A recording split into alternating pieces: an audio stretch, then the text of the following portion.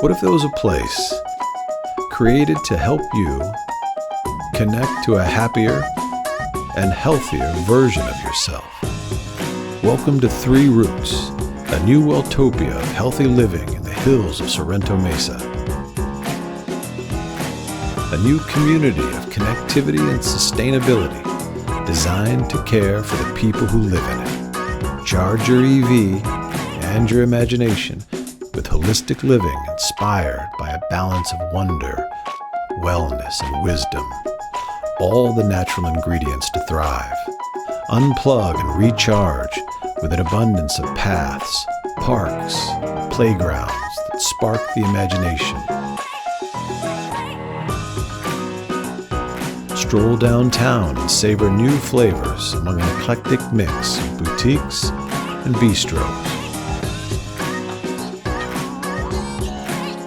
Head over to the Fit and Rec Center for everything from kickboxing to kinesis. You can even curate your own wellness plan with experts in nutrition and health. Grab a bike, share a car, or take a shuttle. This is your launch pad for anywhere you need to go. Or just relax in your solar-powered smart home that's even smarter with environmental controls for cleaner air and water. This is the future of healthy living today. Welcome to Life in Balance.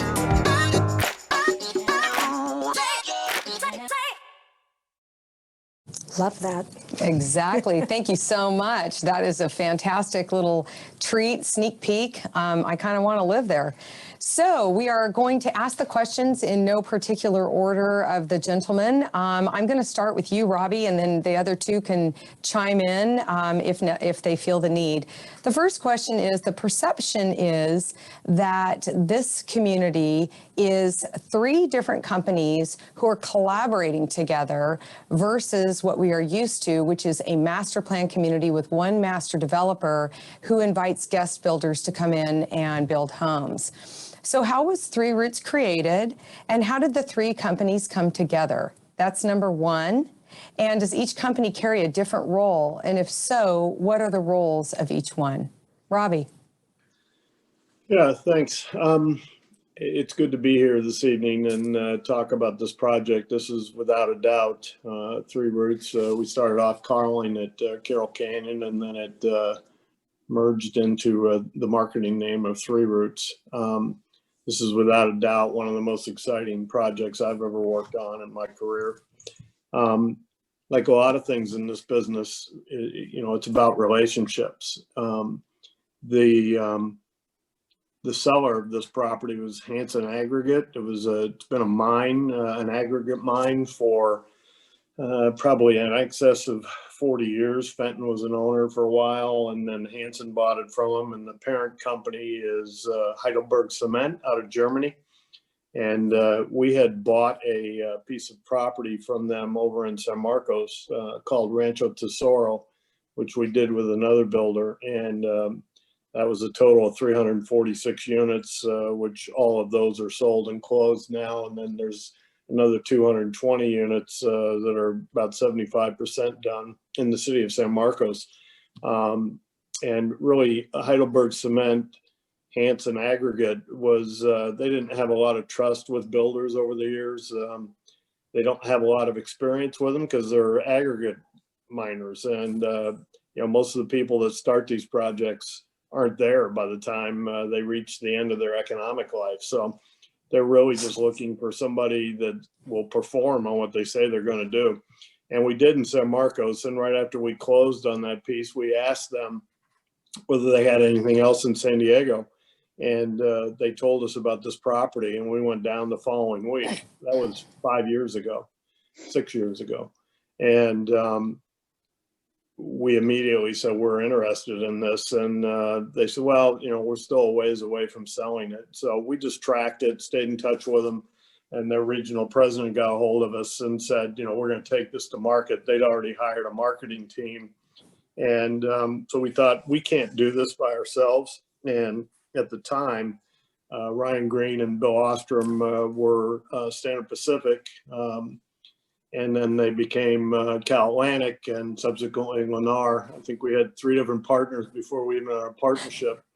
And I think Ryan and Bill are without a doubt one of the best teams in San Diego. And we thought, this is a big deal. It's 1,800 units. We need, who's another builder in San Diego that has the name and the experience and the trust of city government as well as the public. And Paul Barnes and Shay came to mind immediately. So that's how we came together. I think from our standpoint, it was probably a little selfish too, because they were probably going to chase it on their own. So we took 2 of our competitors and put them in the deal with us. And I think everybody was happy with the size of what they were going to end up with, and it was an interesting process. So we outbid some people, and not necessarily dollar wise, but from a perception of being able to perform. Hanson trusted us. They did a good job. Our team did a phenomenal job. All 3 companies working together, underwriting this project, both from a product and land development standpoint. And I think Shay and Lennar's teams did an exceptional job. I think our people did too, but they have a bigger footprint and have a lot more experience in these larger projects. So that's what brought us together. We got the thing closed in December of 2017. So we've been processing this for 3 years. We have all our approvals, but the companies all met in conference rooms for months talking about the product line, and we developed all the architecture together. And we were looking for product line homes that would, and I think we ended up with 11, Paul and Ryan, or 10 product lines that basically would all come in the market at the same time. So they all had to be able to compete against each other without penalizing one or the other. And it was a really interesting process. And we got the benefit of kind of looking under the tent of how Shay and Lennar look at the world, and they got to see how we view it. And it's been a great process the whole time. They are very professional, very creative, great people, all through their teams. And that was critical in being able to pull this together. So we didn't need a massive developer. We just felt that the 3 companies could do it. And then Lennar volunteered, or what'd you call it earlier? Voluntold. Voluntold to manage the project, both the entitlements and now the construction, and they're doing a great job. So that's how the thing came together. And then at some point, the individual builders we've already determined which villages and which product line each builder will get. And that's how the process went. But again, it was the most creative process I've ever been involved in. And it was fun watching all the companies pull together for a common goal. At some point we'll be competing for similar buyers, but I trust these guys implicitly, and it's been a great process, and I know it'll go forward the same way. Well, Robbie, I think that one tidbit of information that is very interesting to me is the history and how you developed that relationship when you did Rancho Tesoro and kind of hung on to that relationship. And it is always amazing. And I wish that the general public knew how long all of these companies work on these projects before we ever see a home that they can move into. So that was outstanding. So Paul or Ryan, do either one of you have anything to add to that? That was an outstanding explanation. I guess I would just add one point or one concept is what was interesting is we did the architecture collaboratively all the way through. And we started not knowing who was going to get what neighborhood. And so we all looked at them, what would we do? And it was complete collaboration all the way through. And quite frankly, that's the funnest part of our business. And so working not only with ourselves, but 2 other great companies. It's a great process. And as home builders, we buy retail, wholesale, distressed, and, forming a partnership early in the process like this and going through the whole planning process we're buying wholesale and kind of putting our fingerprint all the way through. So, it's, That, you that's say the old outstanding. model, or the most common model, is kind of going from ground, a master developer is selling to merchant builders. This model is foolproof, and I think we bring product to the market quicker and probably better executed and more thought out cohesively throughout the whole community.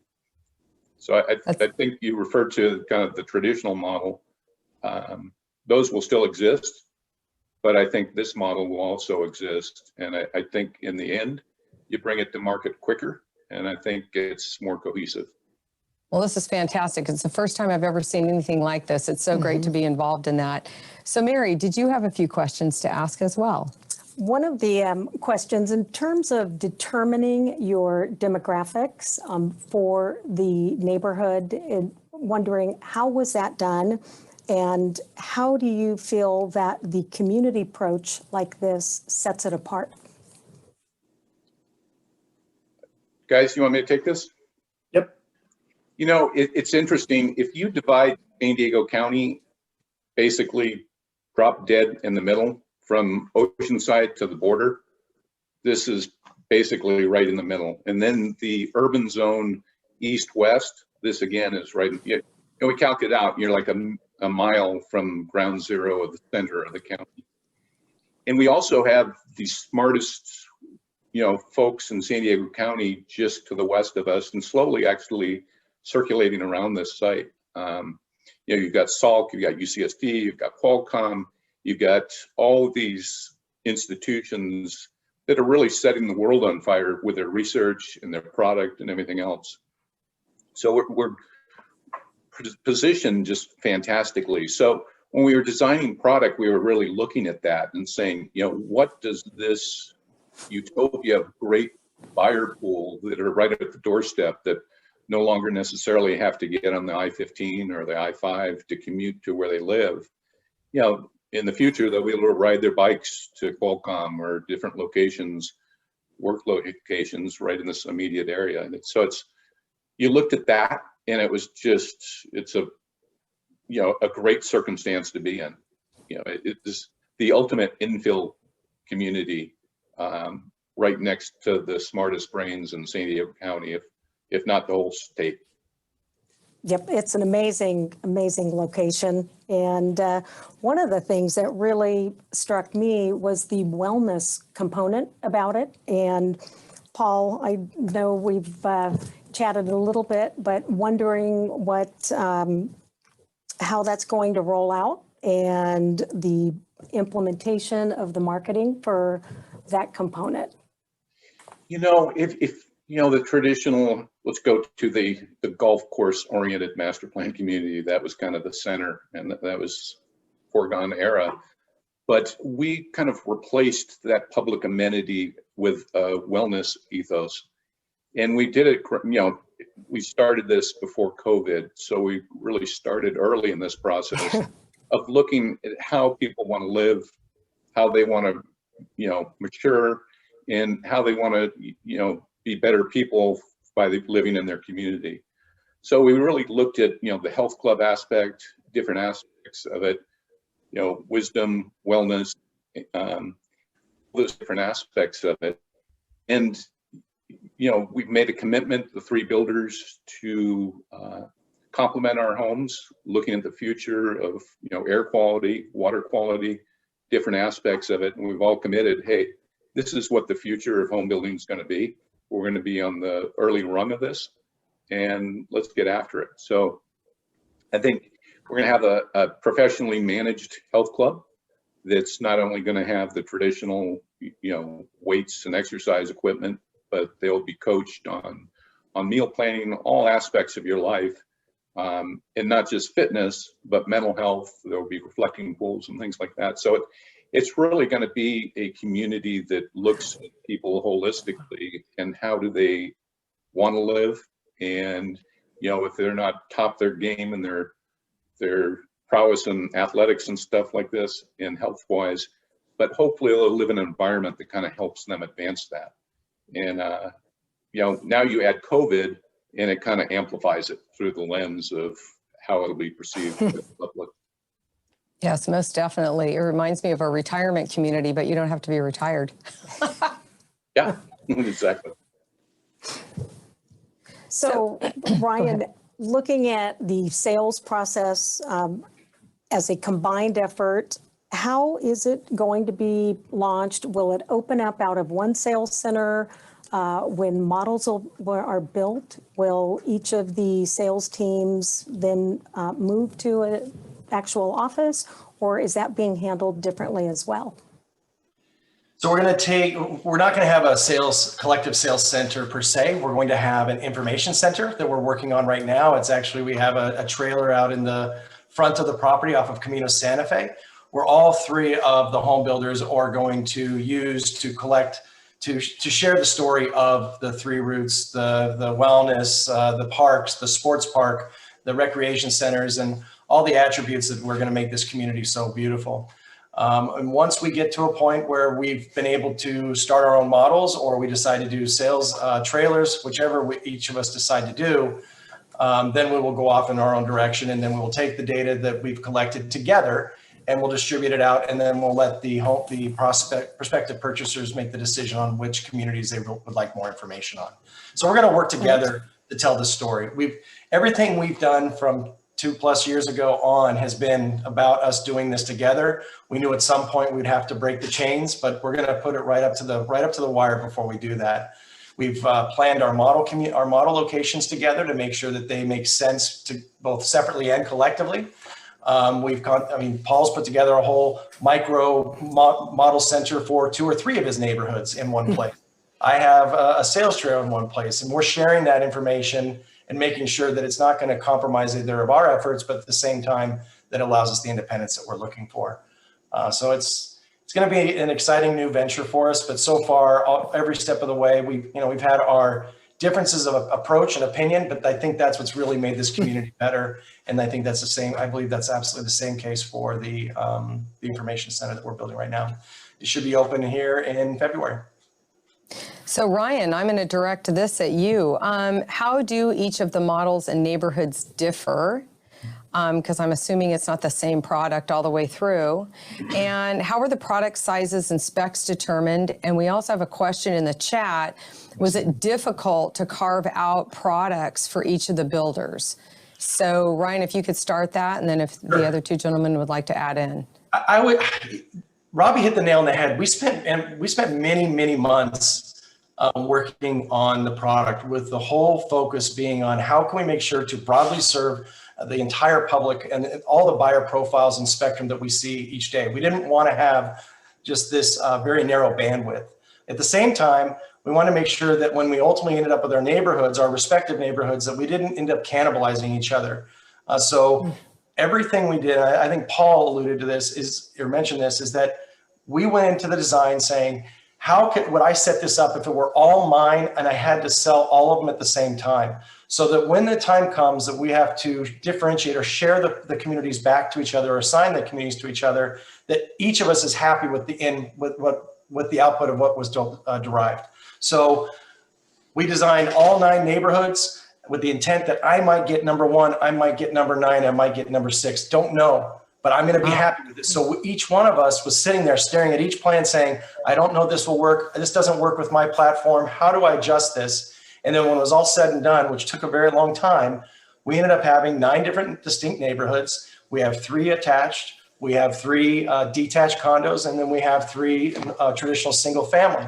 And each one of them, their densities on paper may stay the same, but their offerings may be different. Maybe one that's 1,200 square feet is a flat, or maybe another one is 3 stories, or maybe one's a dual master suite. And we made sure that that programming was adhered to when we ultimately distribute the homes to our respective builder platforms. So it was an arduous process. It was a very eye-opening process, because I got to learn a lot about how Robbie and his team approach things, both from a specification standpoint, from a purchasing standpoint, and from a design. There are things that he would never want to do in his homes that I do all the time, and vice versa. But we found ways to make it so that it worked no matter where we landed. Same thing with Paul and his team. it was, I think it was a very educational process. I think it was a growth process for me. I venture a guess they'd say the same, particularly when it comes to dealing with me. But other than that, I think it was great. And then when we each got our individual communities, we all then stepped back and said, okay, how do we make this, a Shea community? How do we make this Lennar community? How do we make this the Cal West community? So we did put our individual fingerprints on the product once it was divvied up, but kind of the bones were done collectively, and the detailing was done in our respective organizations. Yeah, even today, we now have, as Robbie noted, we each have our own neighborhoods. And as you saw on the website, we've got our platforms, the neighborhoods have been named, they've been assigned, and we're each individually marketing them and collectively marketing them. But everything we're still doing today is about the greater project. We meet once every other week, just 3 of us, and then all of us meet every 3 months. And then we're constantly I probably talk to Paul more than probably a third of the people in my division, and Robbie. We just nonstop trying to figure out how to better the community and how to deal with the challenges ahead. And then one of the questions was in the chat, how are we handling marketing? All of the marketing is being done collectively. The imagery you see behind Paul and myself and Robbie is all from the stuff that we developed at 3Roots. Yeah. What's for dinner, Robbie? It shows you my ability to handle the media within my phone. I love it. One question that we do have is regarding clean environment and energy efficiency. The question is it cost prohibitive to include these features, and are buyers willing to pay for them considering how expensive it is to build in San Diego County? Well, we'll find out. Yeah. The thing is that a lot of what we're doing, Robbie, we've spent a lot of time talking about the wellness in the home, or the solar on the homes, or the various Title 24 standards that are coming up and elevating us every day. We're going to get there in some way or some fashion eventually, and this was the perfect platform for us to be able to give it an opportunity to succeed in advance. It's This is very unique. Robbie hit it on the head in the very beginning. This is a jewel. This is a one of a kind, and we're taking every opportunity we can to expand on it and to use it for every opportunity to test out new ventures. And looking at our demographics, the people around us, this is what they're looking for in a lifestyle when they purchase a home in a community. So it's, we're not in the hinterland trying to sell high amenities and certain aspects to efficiencies and the wellness component of the homes, but this is what clients will want to demand in this area. So, we'll get our bucks back for the investment. Location. For sure. And the collaborative effort is really a strong point, which exactly. Okay, Mary, looking at on to you. Well, on that note, just wondering how the community planning board and the surrounding residents have also embraced this process. It seems like it's helped expedite the process along the way. And Ryan, do you want to expand on that? So Carroll Canyon, the Carroll Canyon Community Master Plan, or Mira Mesa Community Plan, was approved back in 1993 or somewhere around there. And we didn't really venture far from that. We stayed within the framework of what the community had put out many years ago, with one small deviation, depending on your perspective, is there was a lot of light industrial to the south of Carroll Creek and ultimately Carroll Canyon Road. And what we did is we took that and turned it into a 25-acre sports park. If you look at Mira Mesa as a community as a whole, they're very park starved. And so by maintaining the platform that they had originally come up with many years ago, and then amplifying it and adding to it the 25-acre sports park, public park, let me just stop and say, I've worked on, much like Robbie and Paul, 8 home site neighborhoods to 3,000 home site neighborhoods. And I have not had a community yet that has been embraced so wholeheartedly at every single level. There's nothing like it. whether it be the neighbors, whether it be the community planning group who gave us unanimous approval, whether it be the landscape group who gave us almost missed one vote, unanimous approval, planning commission who gave us unanimous approval, city council who gave us unanimous approval, and high accolades. There's just nothing quite like it. And I think it really speaks volumes to having an end user who looks at a community, understands what the design needs to deliver, make sure it has an array to serve every type of profile that there is, and people will embrace it. And it's unparalleled. It's unheard of. That's Mira Mesa outstanding. is a great community. I mean, there's a lot of fiber in that community of people, cohesively looking at things, but they're also realists of, the future's coming and there will be home building in their area. But it was a great group to work with all the way through. I mean, sometimes you get into community development and entitlement issues, and you've got all kinds of people coming out of the woodwork with all kinds of requests. There are requests, but they're all based on realistic expectations.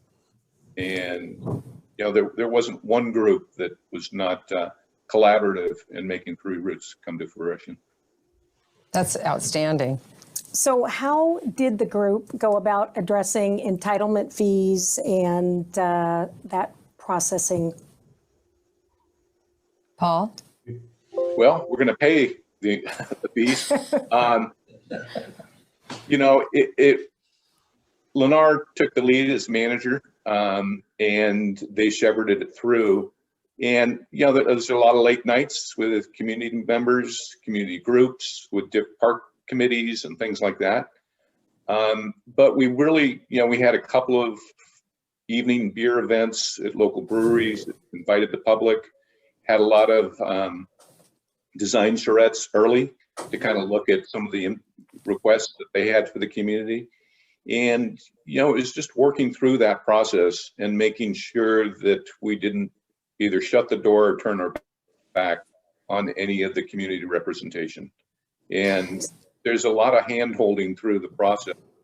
But by the time we got to planning commission, I don't remember exactly how many speakers spoke, but there's tremendous amount of, stakeholders in the community that spoke out in favor of the community, and very few that spoke out against it. And when we spoke at city council, even fewer against it and more in favor of it. That's unheard of. So Ryan? it was a great process. Oh, you were just waving. Hi, Ryan. What about increased traffic? Was that a concern? No, actually quite the opposite. You got to figure that this area has been completely jammed up for a very long time, both Miramar and Mira Mesa Road. So by introducing this community, and ultimately someday the Vulcan community as well, but right now ours, you provided an east-west area, and you provided now north-south. So it actually helps to alleviate that. There's also another portion that the community group's been advocating for years and years, and they see this as an avenue to getting that as well, which is an east-west connector to ultimately 805. So from a traffic standpoint, we did have some mitigation measures, but it was, adding a turn pocket, putting in some paint. The traffic really was not a big difficulty for this community. It was studied many years ago, and by us removing the industrial, it actually reduced the impacts that were anticipated in the beginning. That's great. So what about the affordable housing aspect of it? How is that being addressed, and is there any product contained for that? Or included, I should say. You want me to take that, guys? Yeah. Go ahead. Okay. We're working with a third-party partner right now. We do have 180 family affordable restricted homes that we're going to be building. They're going to be built with the first development phase of the community. It's at the entrance of our community, and we're actually going out for our financing on that in about 10 days. So we expect to get that going very, very quickly. We don't have it up on the website yet. Want to make sure we get everything in place, but we are definitely going to be including 180 home sites. So 10% on site will be included. There was also a question about schools. Will you be building any schools? No, actually the schools in the area were not, they actually need students in a lot of cases. So We met with the superintendent, and we met with, excuse me, not the superintendent, but the principals of the schools that are in our area. They were excited to see what we're doing. The one thing that they had asked of us is that we make it so that there's a safe pedestrian connectivity. So we created a trail that runs from the center of our property up to the north, connects to one of the main avenues for the children walking to the schools. And they were very supportive of it. But no, there was no need for a school being built in the area based on the intel we got from the San Diego Unified School District and the analysis we did. That's fantastic. Just one Go more ahead. point on the affordable. We brought a very well-respected San Diego-based developer that specializes in that. We brought them in very early. So our design packages all included the work they had done. And they were great in making sure that they kind of kept the ethos of the community, incorporated that in their architecture. So it's, again, looking at that cohesiveness from day one. We wanted to make sure that they were part of it, and they stepped up, and they were one of the supporters, obviously, but they were also key of helping getting this through, because we had the commitment up front. This is what we're doing. We're able to present that to the city and to the community, and getting them on early, it's key to helping answer a lot of unanswered questions if that's not done. And Paul, Yeah, I who think was that? when you see their architecture, you'll look at it and say that can't possibly be affordable housing. That's great. We were pretty much blown away by the look this is going to have. It's really not to say that affordable housing isn't always good looking, but this is really cutting edge stuff. So Robbie, along those lines, two things. First of all, in the chat, somebody asked, and you would know because you've been in this from the very beginning, from start to actually closing your first escrow, whoever's going to close first, how long will this process have taken? Just under 4 years. That's amazing. What are the biggest challenges that the project faced, and how did you overcome those? Is there anything that you didn't mention in your first introduction to the development? I think the challenges basically are,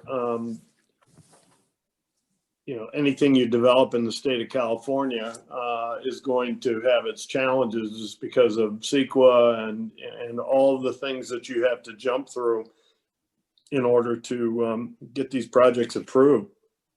I think the city of San Diego actually did a great job. We sat down with them early on, all three companies, and met with the mayor and his chief operating officer, and went through the whole project with them to show them. Actually, it was the chief operating officer who then communicated with the mayor, but we showed them what our plan was, and what the community plan was. Here were the minor alterations that we were making, and we got the full blessing from the top. And then really the key was, how do you get that down through the people that do all the work at the city? And we got into their expedited program, and we had many meetings. Ryan participated in a lot more of them than Paul and I did, but in the beginning we had a room with 25 people in it, and 20 of them were from staff. Getting their arms around the size of this. I mean, they were all very aware of the project, its location, how important it was to the community of Mira Mesa, et cetera. And I got to say, they really worked hard with us. Were there delays? Yes. Were they as bad as some areas? No, they weren't.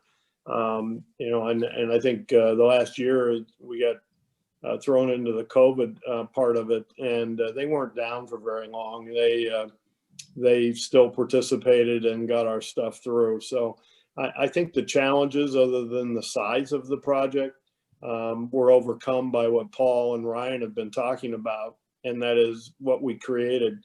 I think Paul said something early on to me as we broke up from one of our meetings. I talked about, I asked him, this site, what do you think of this site, this location? I mean, his office is about a quarter of a mile from this property. So he said, it's our goal, it's our challenge that we have to do something special with this project. It has to make a statement. And I think the three companies and all the consultants that have been working on it have achieved that. Staff saw it, council saw it, planning, everybody that was involved that had the ability to affect the outcome of our approvals saw what we were trying to accomplish and got behind it. So I think just the short answer to your question is the challenges in California are at times immense. But for the size of this project, we're behind schedule a little, but it's not as bad as it could have been. And my hat's off to all the staff at the city of San Diego for all the help that they gave us getting through this. That is so refreshing to hear because all we hear is how bad getting permits and anything through any governmental agency is. And so that's just so refreshing, Robbie. What a great way to end your part of the discussion. I really appreciate that. So Mary, were you going to ask about co-op? I was actually, and we did have a question too about the Affordable Housing Partner, if you were open to sharing that information. Yeah, it's Chelsea. Chelsea, great. Chelsea and Jim Smith's group, they're just excellent to work with. They really do a fantastic job. And,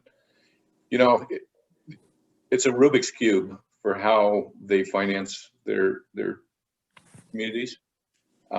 But with Jim, it's full transparency. We know what's going on. He knows what's going on with us and vice versa. And so we're able to put it together. Well, it's just amazing, the collaborative effort that's gone into it. And one of the questions that comes up, and especially from my perspective as a realtor and working with the brokerage firm, is how are you working with the realtors and how is that going to be laid out, and is there a plan in place for that? Paul? Want me to answer that, Paul? Oh, We're going to be cooperating. Ryan? We will be cooperating with brokers. We haven't. Each of us, when we get to our individual platforms, we'll have our own respective setup. But we did discuss it, and the community will be cooperating with brokers. Just have to wait till it gets the individual home builder. Yep, that's Thank great. you. So I know that all three of you are very involved with the Building Industry Association here in San Diego County and maybe others. We did have a question in the chat. Do you think that your membership and participation with the BIA over all of these years, did that have any positive impact on perhaps the city or the residents? Did that have any positive impact on getting this project approved? Absolutely not. No, I'm kidding.